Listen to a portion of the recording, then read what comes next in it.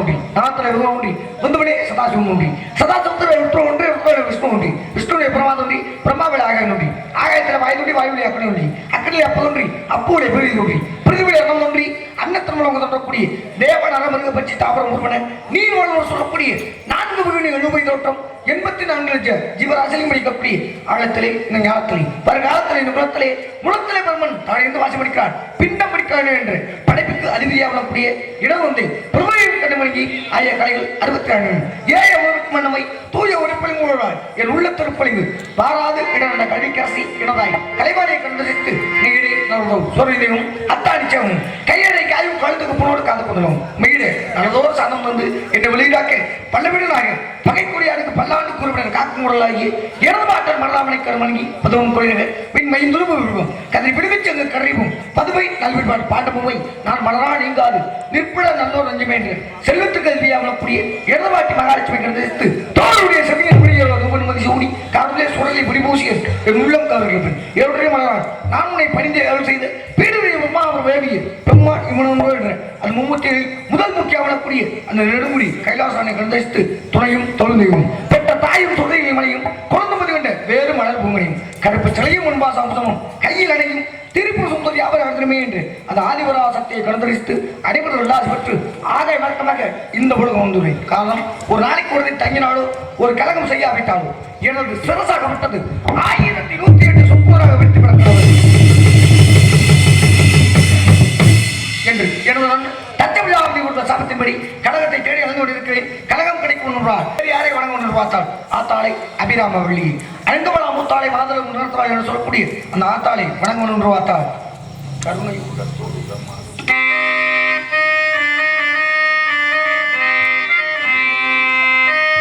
கருணை உள்ளத்தோடு இதம்மா அருளை வாரி தருகின்றார் கருணாக உருவெடுத்து கருமாறி அருள்கின்றார் மயிலையிலே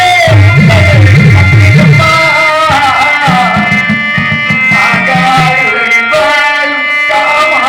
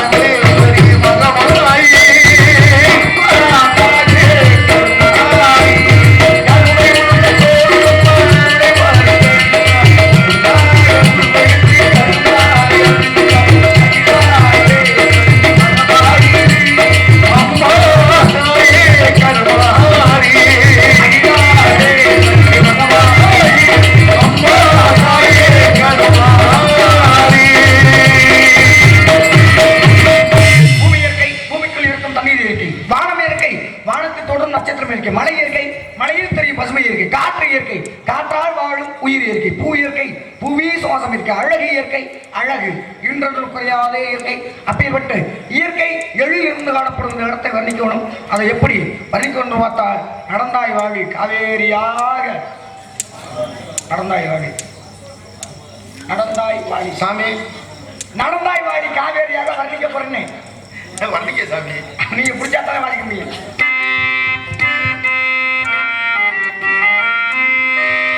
நடந்தாய் வாழி காவேரி,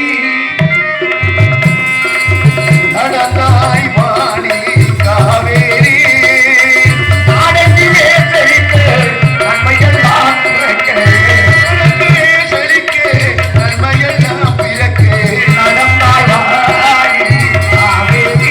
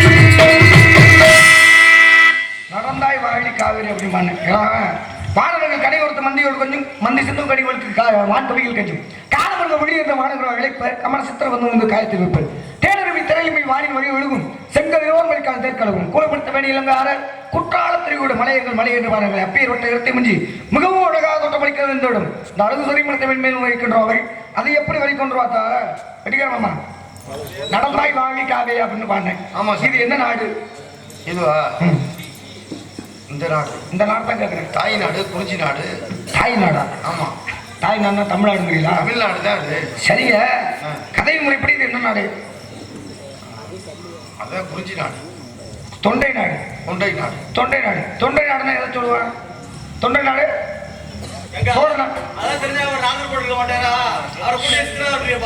சோழ நாட்டுக்குள்ளே இருந்து பிரிக்கப்பட்டது தொண்டை நாடு. ஆமா, அதுக்குள்ளே இருக்கக்கூடிய தலைநகரம் மேற்பாடி, அதுக்குள்ளே இருக்கக்கூடிய ஊரு சிற்றூர்.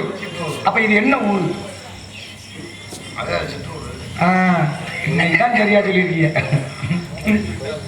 ஆமா, ஆக எதுக்காக சொல்றேன்னா சோழ நாடு சோறு எடுத்து அப்படின்னு சொல்றாங்க. சோழ நாடு சோறு எடுத்து அப்படின்னு சொல்றாங்கன்னா சோழ நாடு எதை சொல்லுவான்? தஞ்சாவூர். தஞ்சாவூர் அதாவது தமிழகத்தில் நெற்களஞ்சிய தஞ்சாவூர். அந்த தஞ்சையில் ஓடக்கூடிய ஆறன் பேர் என்ன? காவிரி தானே ஓடுது. அதாவது தஞ்சாவூருக்கு என்ன பெருமை? தஞ்சாவூர் பெருமைன்னா தலையடி பெரிய கோயில், தஞ்சை பெரிய கோயில். தஞ்சை பெரிய கோயிலா? அது பெரிய கோயில் தான். அதுக்கு பேர் என்ன? பிரகதீஸ்வரர் கோயில். அது வந்து சமஸ்கிருதம், தமிழ்ல பேர் என்ன? அது தெரியல சார். பெருவுடையார் ஆலயம். பெருவுடையார் ஆலயம் அப்படிங்கிற ஒரு ஆலயம். அவர் யார் கட்டினது? ராஜராஜ சோழன். அவருக்கு உண்மையான பேர் என்ன? அருள்மொழித்தேவர். அருள்மொழித்தேவர் அவர் தான் கட்டினார். அவங்க மையம் யாரு? ராஜேந்திர சோழன். அப்பா கட்டின கோயில் மாதிரி நம்மளும் கட்டணும் அப்படின்னு நினைச்சு அவரும் ஒரு கோயில் கட்டினாரு. அதே ஒரு தஞ்சாவூர்லேயே கட்டினாரு. அந்த கோயிலுக்கு இந்த கோயிலுக்கு நேராக இருக்கு. இவர் கட்டினது 214 அடி. அதாவது அவங்க அப்பா கட்டினது. அப்பா கட்டின கோயில் என்றைக்குமே தலை சிறந்து இருக்கணும் அப்படிங்கிறதுனால இவர் கட்டின கோயில கொஞ்சம் உயரம் வந்து கொஞ்சம் குறைவாக கட்டினாரு. அந்த கோயிலுக்கு பின்னாடி என்ன ஓடுது? காவிரி ஆறு. அப்ப காவிரி கொண்ட சோழபுரம் தானே பேர் வைக்கணும். எதுக்கு வடநாட்டில் ஓடக்கூடிய கங்கையை சொல்லி கங்கை கொண்ட சோழபுரம் பேர் வச்சான். விஷயம் இருக்கா இல்லையா? அதான் இருக்குல்ல இருக்குல்ல. அதை போக போக பேச என்னது எது மகன் கட்டினது. இந்த கோயிலுக்கு நேரா அந்த பக்கம் கிழக்கு நோக்கி அங்கிட்டு இருக்கு. ஆமா, ரோட்டு ஓரம் வாங்கி வந்து பார்த்தோம்னா தெரியும். ஆமா, இருக்கின்ற பொழுது இந்த இடத்துக்கு மென்மேலும் எடுக்காமல் எப்படி படத்தா போங்க.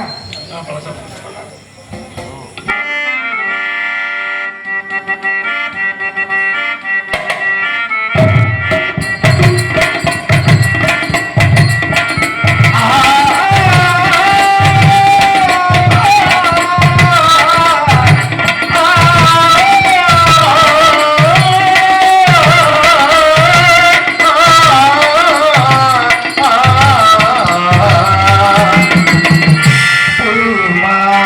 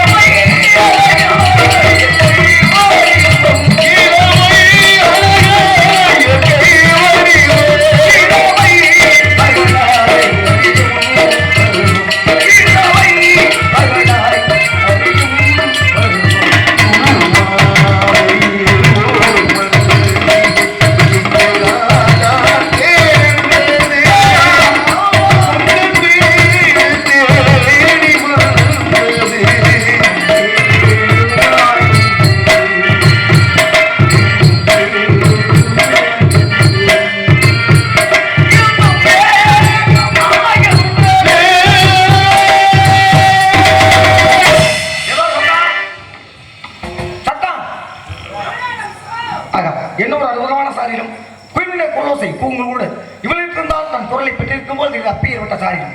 இந்த பெண்மணியின் சாரீரமே எப்படி இருந்தால் சரீரம் எப்படி இருக்கும் என்று சிந்தித்து பார்த்தா இந்த சளி முடிச்சுக்கிட்டு படுத்துற பாடு ஒன்றும் பண்ண முடியாது.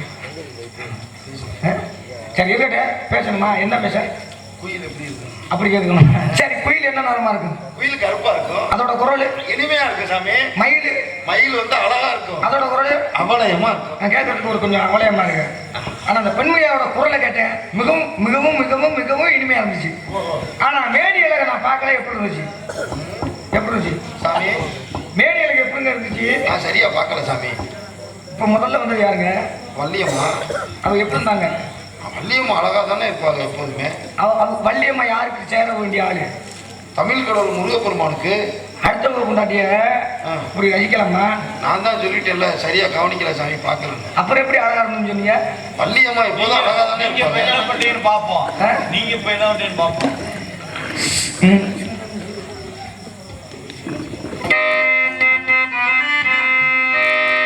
சின்னம் சிறுபூவே உன்னை தொடும்போதே மழைமின்னல் நெஞ்சுக்குள்ளே குளிமேகம் கண்ணுக்குள்ளே சிந்தினேன் உன் உயிருக்குள்ளே எந்த மனதிலே சுகராகம் தினமாக சின்னம் சிறுபூவே உன்னை தொடும்போதே மழைமின்னல் நெஞ்சுக்குள்ளே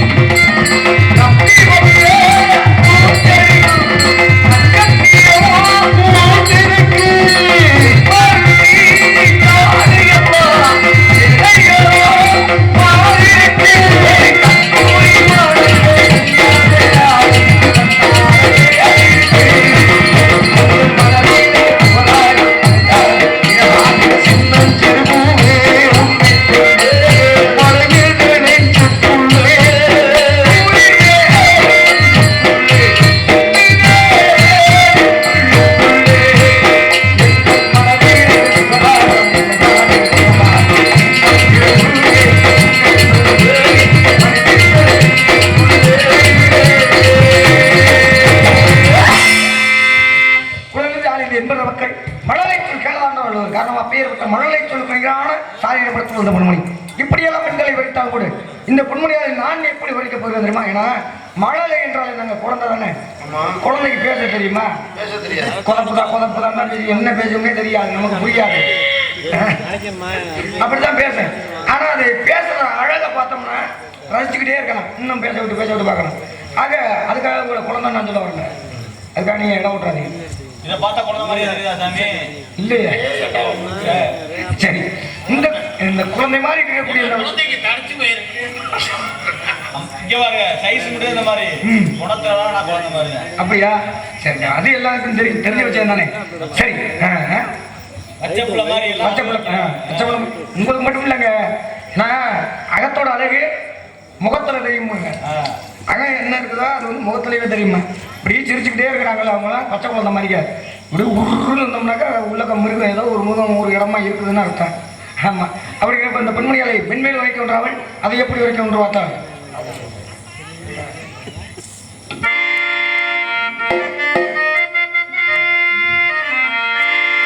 பாட்டுக்கு பாட்டெடுத்து நான் பாடுவதை கேட்பாயோ,